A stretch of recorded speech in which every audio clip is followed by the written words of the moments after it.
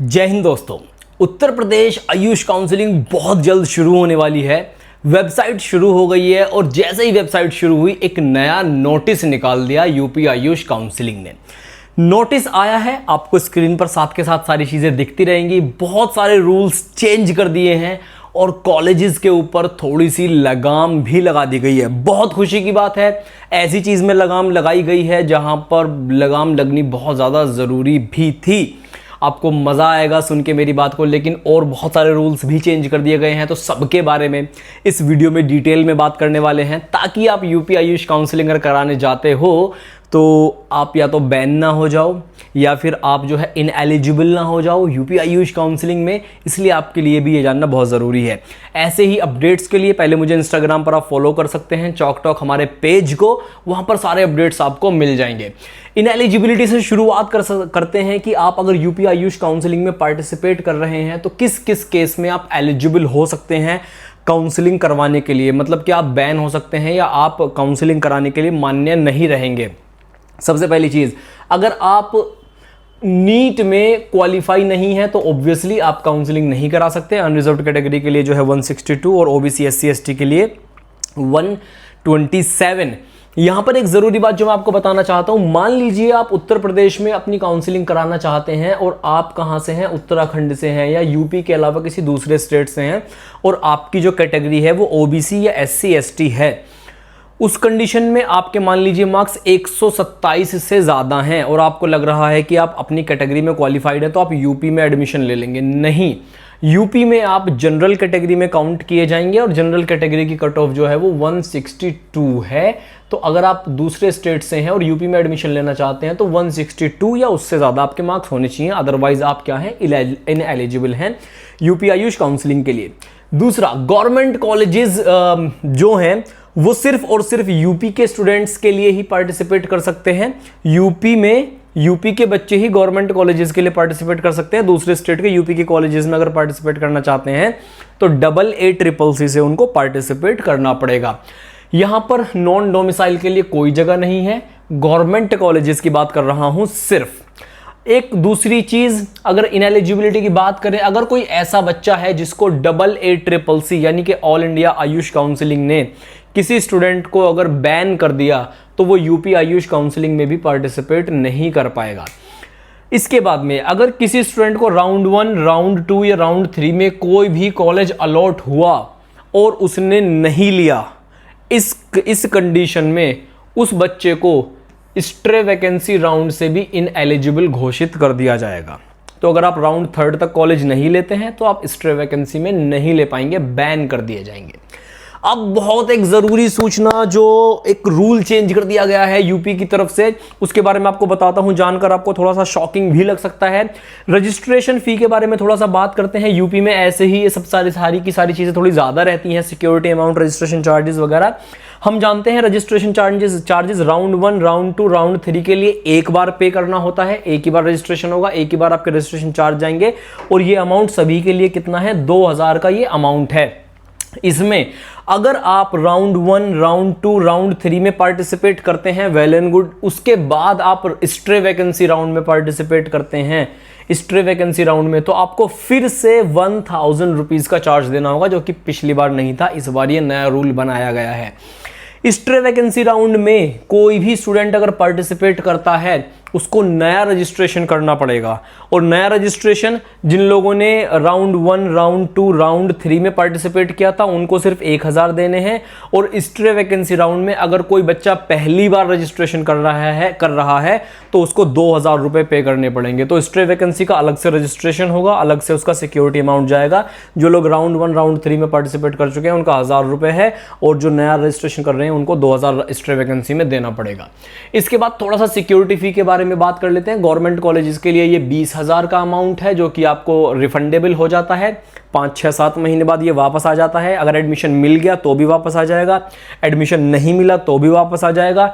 Admission लेके छोड़ दोगे तो ये जब्त कर लिया जाएगा, ये वापस नहीं आएगा। प्राइवेट कॉलेजेस के लिए 50,000 है, या कोई ऐसा बच्चा है जो गवर्नमेंट प्राइवेट दोनों में करना चाहता है तो उसका भी 50,000 लगेगा। वो दोनों की काउंसलिंग एक साथ करा सकता है। जिस अकाउंट से कटेगा आपका पैसा ये वाला, उसी सेम बैंक में ये वापस भी आएगा। कुछ नॉन रिफंडेबल रूल्स के बारे में बात कर लेते हैं। राउंड 1, राउंड 2, राउंड 3 में या स्ट्रे वैकेंसी राउंड में आपको कॉलेज अलॉट हुआ और आपने ज्वाइन नहीं किया तो आपकी सिक्योरिटी अमाउंट जो है वो जब्त कर ली जाएगी, आपको वापस नहीं आएगी। अगर आपको राउंड 1, राउंड 2 में जो है कॉलेज मिला था, आपने नहीं लिया कॉलेज, आपकी सिक्योरिटी तो गई, लेकिन आप राउंड 3 में पार्टिसिपेट करना चाहते हैं तो आपको फिर से सिक्योरिटी अमाउंट पे करना होगा और राउंड 3 में आप पार्टिसिपेट कर सकते हैं। यहां तक बात हो गई। अब बात करते हैं थोड़ी सी कॉलेजेस के ऊपर लगाम लगा दी गई है, जिस बारे में मैं आपसे कह रहा था कि कॉलेजेस की वाट लगा दी। वो कैसे लगा दी? देखिए, पहले क्या था, बहुत सारे कॉलेजेस यूपी में क्या करते थे, सिक्योरिटी अमाउंट जो है वो लेते थे at the time of admission बच्चों से, फर्स्ट ईयर में जाता था, जो कि अमाउंट शुरू होता था 50,000 से।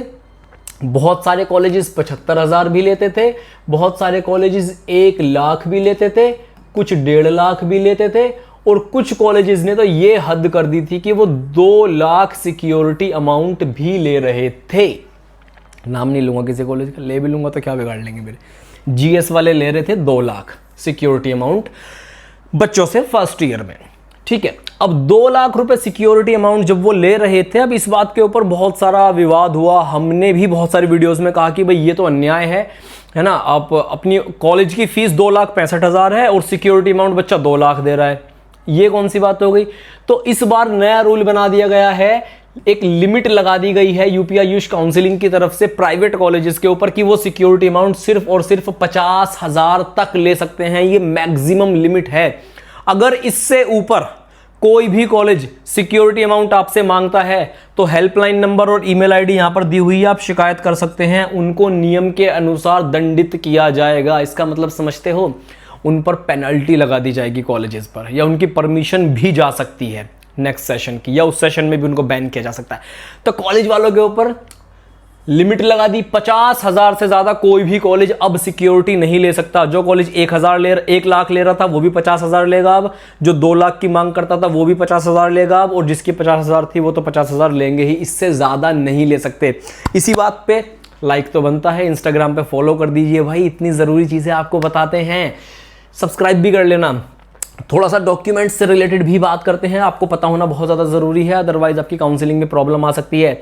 अगर आप ओबीसी या फिर ईडब्ल्यूएस कैटेगरी से बिलोंग करते हैं यूपी में, और यूपी में आप काउंसलिंग करवाना चाह रहे हैं, तो आपका जो इन दोनों का सर्टिफिकेट है वो 1/4/2024 या उसके बाद का बना हुआ होना चाहिए। इससे पुराना आपका सर्टिफिकेट रहेगा तो आपका एलिजिबिलिटी जो है रिजर्वेशन की वो मान्य नहीं होगी, आपको जनरल कैटेगरी में ट्रांसफ़र कर दिया जाएगा। तो इस बात का आप ध्यान रखिएगा बहुत ज़्यादा।